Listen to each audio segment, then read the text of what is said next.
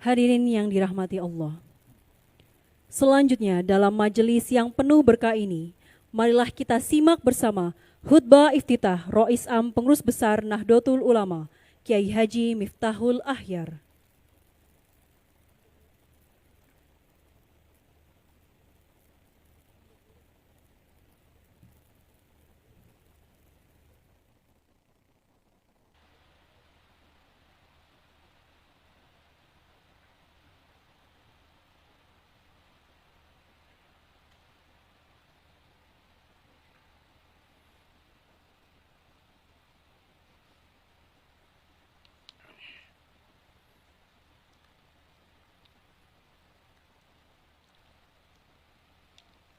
Assalamualaikum warahmatullahi wabarakatuh.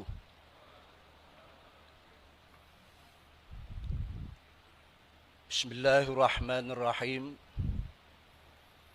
Alhamdulillahilladzi arsala sayyidina Muhammadan sallallahu alaihi wasallam ilal alamin yukhrijahum minadh dhulumati ilan nur. Fakana dinul Islam dinan alamiyan yahmilu muqawwamiyatin salahiyatu likulli zaman wa makan wa kana min hadil muqawwimat qabilatuhu listi'abi kulli jadidin wa tikninu ala wafqil qawanin al-ilahiyah al-muwadda'a fih min huna kana at-tajdid min ath-thawabit fi dinil Islam. وقد صح في الحديث إن الله يبعث على رأس كل 100 سنة ما يجدد للناس أمر دينهم رواه أبو داود والحاكم والبيهقي. اللهم صل وسلم وتفضل وتكرم على سيدنا محمد وعلى آله ومن دبسان لهم المعاد. أما بعد. Sadatil ulama al-aizza, ma'alid duyuf, sadatil musyayikh wal ulama wal zu'ama minal biladis sadiqah, As-Sayyid Ar-Rais Al-Jumhuriyah Al-Indonesia, Insinyur Joko Widodo, wa Ibu Iriana Jokowi, para menteri kabinet kerja, para duta besar negara sahabat, para pejabat negeri, pejabat tinggi, pimpinan ormas Islam dan ormas sosial politik, para pengamat, para peninjau, para masyayikh, mustasyarin PBNU, dan semua pengurus syuriah PBNU, pengurus tanfidiyah PBNU, sampai ke ranting hadirin hadirat rahmukumullah jami'an. Marhaban bi khudurikum fajazakumullah ahsanal jaza. Hadirin mu'tamirin rahmukumullah jami'an. Tidak terasa masa khidmat PBNU hasil muktamar ke-33 yang dilaksanakan pada tanggal 1 sampai 5 Agustus 2015 mendapat bonus kurang lebih 1,5 tahun, dan itu telah terlewati. Al-Fakir Miftahul Ahyar menerima mandat sebagai PJ Rois Am pada tanggal 22 September 2018 dan segera berakhir beberapa saat lagi. Banyak kekurangan, ketidakcakapan, dan ketidakmampuan mengemban amanah yang amat berat ini. Sangat layak mendapat gelar Rois Awam, Rois Am KW3, dan lain sebagainya. Namun semoga para muassis memaklumi dan memaafkan Al-Fakir ini. Amin ya rabbal alamin. Ma'asyiral mu'tamirin rahimakumullah jami'an. Sebelumnya mari kita hadiahkan suratul Fatihah pada beliau-beliau, para muassis, penyemangat, antara lain Asy-Syaikh Nawawi Al-Bantani, Syekhana Khalil bin Abdul Latif Al-Bangkalani, Syekh Akbar Hashim Asy'ari, Asy-Syaikh Abdul Wahab Hasbullah, Asy-Syaikh Bisri Samsuri, Asy-Syaikh Ramli Tamim, dan semua pengurus PBNU, minas sabiqinal awwalin li fi jami'il amkinah wal mu'minina wal mu'minat fi masyariqil ardi wa magharibiha barriha wa bahriha wa syuhada'i COVID-19. Syai'un lamul Fatihah. A'udzu billahi minasyaitonir rajim. Bismillahirrahmanirrahim. Alhamdulillahirabbil alamin arrahmanir rahim maliki yaumiddin. Iyyaka na'budu wa iyyaka nasta'in. Ihdinas shiratal mustaqim. Shiratal ladzina an'amta 'alaihim ghairil maghdubi 'alaihim waladdallin. Ma'asyiral muslimin wal mu'tamirin rahimakumullah jami'an. Nahdlatul Ulama adalah jam'iyah diniyah istimaiyah. Jam'iyah perkhidmatan para ulama. Organisasi para kiai kampung dan desa yang memiliki potensi kekuatan dan kehebatan yang mendunia. Sebagaimana Islam itu sendiri adalah agama bagi dunia. Rasul Allah dan para nabinya, khususnya Nabi besar Muhammad sallallahu alaihi wasallam, adalah untuk dunia, bahkan untuk alam semesta. Maka para pewarisnya yaitu ulama Nahdlatul Ulama harus juga mendunia, dan sekarang sedang dinantikan kiprahnya oleh dunia. Maka karakter-karakter yang mendunia harus terus digali dan diperkokoh. Sifat-sifat membebek, geruda-geruduk, latah, segera kita enyahkan. Rasulullah sallallahu alaihi wasallam telah mengingatkan dalam sabda beliau, la takunu imma'ah, taquluna in ahsanan nas ahsanna, wa in dhalamu dhalamna, walakin wattinu anfusakum, in ahsanan nas an tuhsinu, wa in asya'u fala tadlimu. Rawahu Tirmidzi. Janganlah kalian menjadi orang-orang yang pelin-pelan dan latah. Kalian mengatakan jika orang-orang berbuat baik, kami juga ikut baik. Dan jika mereka berbuat zalim, kami pun ikut-ikutan zalim. Namun mantapkanlah jiwa perjuangan kalian. Jika masyarakat berbuat baik, kalian tetap melakukan kebaikan. Dan jika mereka melakukan kejahatan, maka jangan ikut-ikutan berbuat zalim. Hadis riwayat Imam At-Tirmidzi. Hadis di atas mengingatkan kita agar selalu memantapkan karakter dan kepribadian. Kader Nahdlatul Ulama harus mampu menunjukkan kepribadian dan semangat menuju kebaikan, serta menjaga idealisme dan kemandirian dalam bersikap. Ikut-ikutan orang lain dan menjadi latah hanya akan membuat kita terpecah belah, terumbang-ambing dan menjadi bulan-bulanan. Sayyidina Ali karramallahu wa radhiyallahu anhu juga pernah berpesan, dengan perpecahan tidak ada satu kebaikan yang akan dianugerahkan oleh Allah kepada seseorang pun, baik dari orang-orang terdahulu maupun orang-orang yang akan datang belakangan. Sebab sesuatu kaum apabila hati mereka berselisih dan hawa nafsu mereka mempermainkan mereka, maka mereka tidak akan melihat suatu tempat pun bagi kemaslahatan bersama. Mereka bukanlah bangsa yang bersatu, tapi hanya individu-individu yang berkumpul dalam arti jasmani belaka. Hati dan keinginan mereka saling berselisih. Engkau mereka mengira mereka menjadi satu, padahal hati mereka berbeda-beda. Kekuatan Jam'iyah Nahdlatul Ulama sebenarnya sangat luar biasa. Tapi selama ini warga Nahdlatul Ulama yang hanya memposisikan diri sebagai jamaah, belum berjam'iyah. Inilah yang perlu kita jam'iyahkan.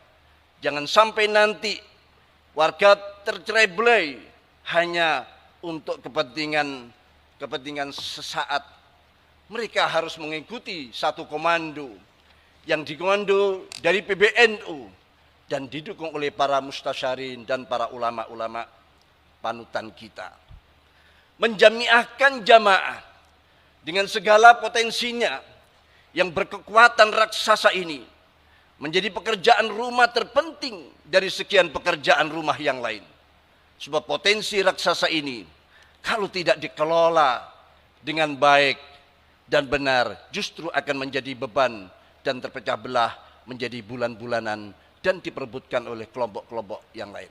Mohon maaf Bapak Wapres Al-Mukarram Profesor Dr. Kiai Haji Ma'ruf Amin berserta Ibu, tadi saya lupa juga Bapak JK dan semuanya yang tidak bisa kami sebutkan atau lupa menyebutkannya, mohon maaf. Marilah kita song-song satu abad untuk masuk ke abad kedua Nahdlatul Ulama dengan menyegarkan kembali gerakan dan sistem komando kita agar posisi Nahdlatul Ulama sebagai ashabul haq sekaligus ashabul qarar wal quwwah dapat terwujud dalam berbagai dimensi kehidupan kebangsaan dan kemasyarakatan kita.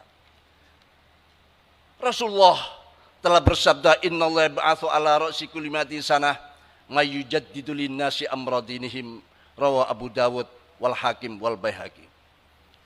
Marilah kita ingat sabda Rasulullah SAW di atas bahwa sesungguhnya Allah Subhanahu wa taala akan mengutus bagi umat ini pada setiap awal 100 tahun orang-orang yang akan memperbarui atau menyegarkan bagi umat ini hal-hal yang terkait dengan urusan-urusan agama mereka. Saat ini dunia telah memasuki era revolusi industri 4.0. Marilah kita merenungkan dan merekontekstualisasi i'adatun nazar, apa yang salah dan apa yang benar dari perjalanan kita selama ini. Mari kita renungkan juga nilai-nilai yang telah ditanamkan oleh para pendahulu kita dalam bingkai teologi ukhuwah, yakni ukhuwah Islamiyah, persaudaraan internal umat Islam, ukhuwah wataniyah, persaudaraan kebangsaan, dan ukhuwah insaniyah, yakni basyariyah, persaudaraan kemanusiaan. Kita bisa tambahkan juga dengan ukhuwah nahdliyah di dalamnya. Nilai-nilai itu bisa menjadi cerminan moral yang prima agar dampak negatif pergeseran tatanan dunia tidak begitu berpengaruh dalam perjalanan anak bangsa di era revolusi industri 4.0 dan dalam rangka meraih manfaat bonus demografi kita. Tentu itu merupakan harapan. Bonus demografi bukan justru menjadi musibah demografi.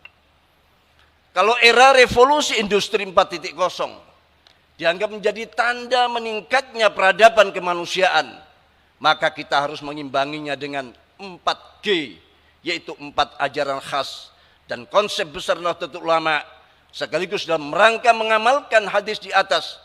Kita dan Jam'iyah Jamaah Nahdlatul Ulama perlu menyegarkan 4G tersebut. Pertama, grand idea, yaitu visi misi Nahdlatul Ulama sebagai instrumen untuk menyatukan langkah baik ulama struktural maupun kultural, terutama para ulama pondok pesantren, agar berada dalam satu langkah dan satu keputusan untuk menggalang kekuatan bersama. Kedua, grand design berupa program-program unggulan yang terukur. Di sini hadis di atas menyatakan setiap awal datangnya kurun 100 tahun Allah Subhanahu wa taala akan mengutus seorang, 2 orang atau beberapa orang untuk menyegarkan kembali aturan-aturan yang sudah mulai banyak ditinggalkan. Usia Nahdlatul Ulama saat ini sudah hampir 1 abad. Kalau hitungan usia Masehi memang kita sudah masuk pada usia 95 tahun. Tapi usia hijrinya saat ini sudah mencapai 98 tahun. Tinggal 2 tahun kita masuk pada usia 100 tahun. 1 abad. Ketiga, grand strategi, Ini bisa dilakukan dengan mengintensifkan penyebaran inovasi yang terencana, terarah dan dikelola dengan baik, serta distribusi kader-kader terbaik Nahdlatul Ulama ke ruang-ruang publik yang tersedia. Kader kita saat ini belum berperan maksimal di semua ruang-ruang publik yang ada. Karena itu perlu ada grand strategi terkait keberperanan kader-kader kita. Keempat, grand control. Sistem dan gerakan Nahdlatul Ulama harus bisa melahirkan garis komando secara organisatoris. Dari PBNU sampai kepengurusan di tingkat anak ranting. Dari situ Nahdlatul Ulama akan menjadi organisasi keagamaan dan sosial yang bergerak secara sistemik, proaktif dan responsif, setelah terus-menerus menebarkan kasih sayang, rahmatan lil alamin. Nahdlatul Ulama akan mampu menebarkan kemaslahatan di dunia sampai akhirat dan bersaing di segala bidang dengan organisasi-organisasi lainnya. Terkait hal ini, kita patut mengingat kembali isyarat yang disampaikan oleh Syekhona Khalil Bangkalan kepada Hadratus Syekh Hasyim Asy'ari menjelang pendirian Nahdlatul Ulama. Isyarat berupa tongkat dan surat Toha ayat 17 sampai 23 disertai seutas tasbih. Yang di situ berisi kisah tongkat mukjizat Nabi Musa alaihissalam. Itu menegaskan bahwa Nahdlatul Ulama dilahirkan tiada lain kecuali untuk mengomando agar menjadi seperti tongkat sakti mukjizat Nabi Musa alaihissalam. Tongkat Nabi Musa alaihissalam adalah simbol sistem komando. Sistem sekarang pun tongkat menjadi simbol komando para panglima. Sebagaimana panglima tertinggi, misalnya presiden, juga memegang tongkat komando. Jadi itulah yang diharapkan oleh para pendiri Nahdlatul Ulama, agar kelahiran NU bukan sekadar memperbanyak jumlah organisasi yang ada di masyarakat, di samping untuk menjaga dan meluruskan nilai-nilai Ahlus Sunnah wal Jamaah, kita juga diharapkan menjadi tongkat sakti Nabi Musa.